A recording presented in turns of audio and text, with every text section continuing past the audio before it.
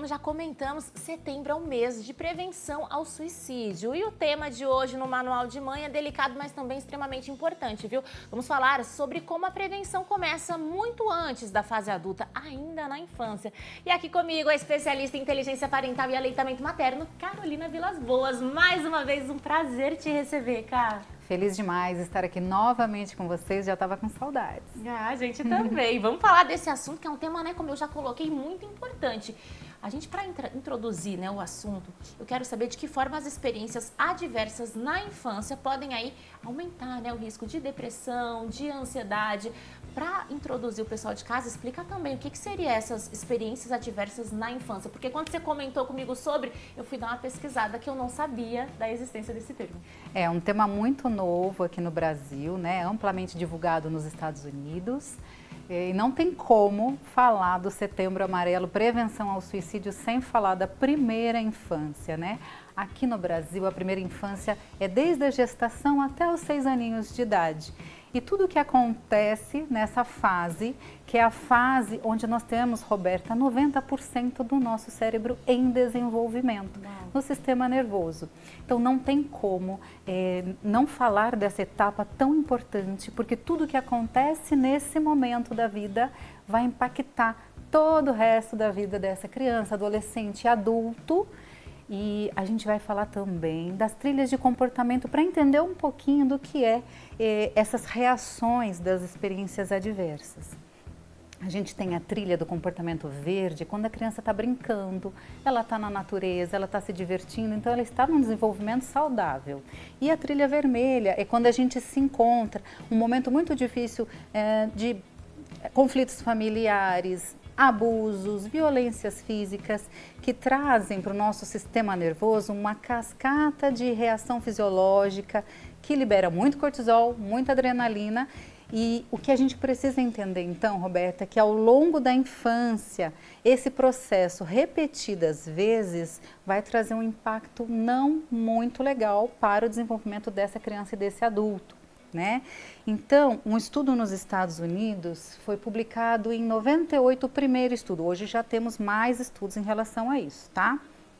A gente comprovou cientificamente que fizeram um estudo com 17 mil pessoas e abordando temas de negligência, disfunções familiares e abusos, com 10 perguntinhas, aquelas pessoas que pontuavam 4 ou mais desse questionário, elas tinham maior chance de depressão e até de suicídio. E não só depressão e suicídio, como todas as outras doenças que a gente conhece, que são as cardiopatias, doenças pulmonares e até o câncer, né? Então, quando a gente fala das 3 categorias, negligência é quando a gente deixa uma criança chorando, sem acolhimento, é uma criança que a gente deixa até na tela e não dá atenção, que hoje a gente tem uso abusivo de tela. As disfunções familiares, que é uma segunda categoria, é onde a gente vê pais que estão drogados o tempo todo dentro de casa.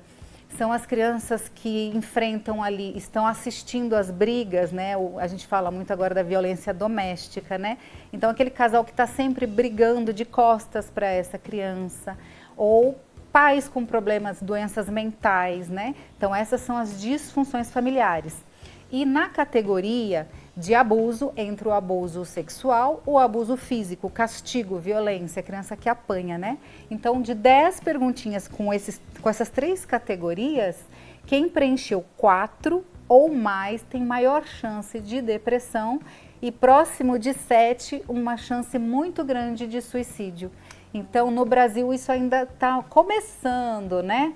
A gente não vê ainda a medicina ligada a esses temas, né, como forma de prevenção. A gente precisa olhar para a primeira infância.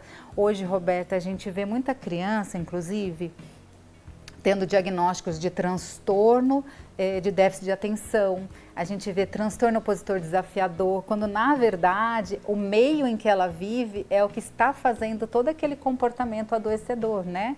Então, muitas crianças sendo medicalizadas e, na verdade, a gente precisa olhar para o meio em que ela vive, porque muitas delas têm um diagnóstico errado sobre isso, né? Caramba, é todo um contexto, então, em que ela está inserida também, isso influencia demais. Exatamente. Então, a gente precisa olhar para toda essa estrutura familiar, né? A gente fala, porque os cuidadores principais são as pessoas da família, e aí a gente corrigindo algumas coisas, e hoje a gente tem educação parental, que ajuda muito a organizar esse ambiente como forma de prevenção a esse adoecimento.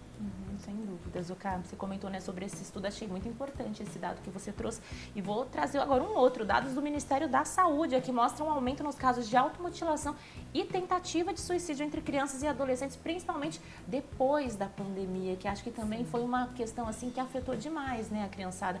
Como é que os papais podem estar atentos, alerta, identificar os sinais?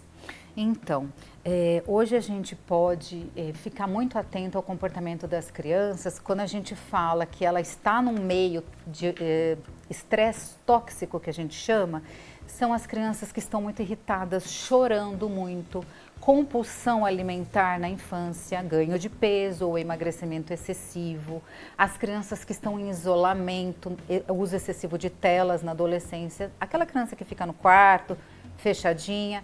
Então, esses sinais, eles já são um alarme para a gente procurar entender o que está acontecendo e mudar o ambiente em que essa criança está, apoiando os pais, né?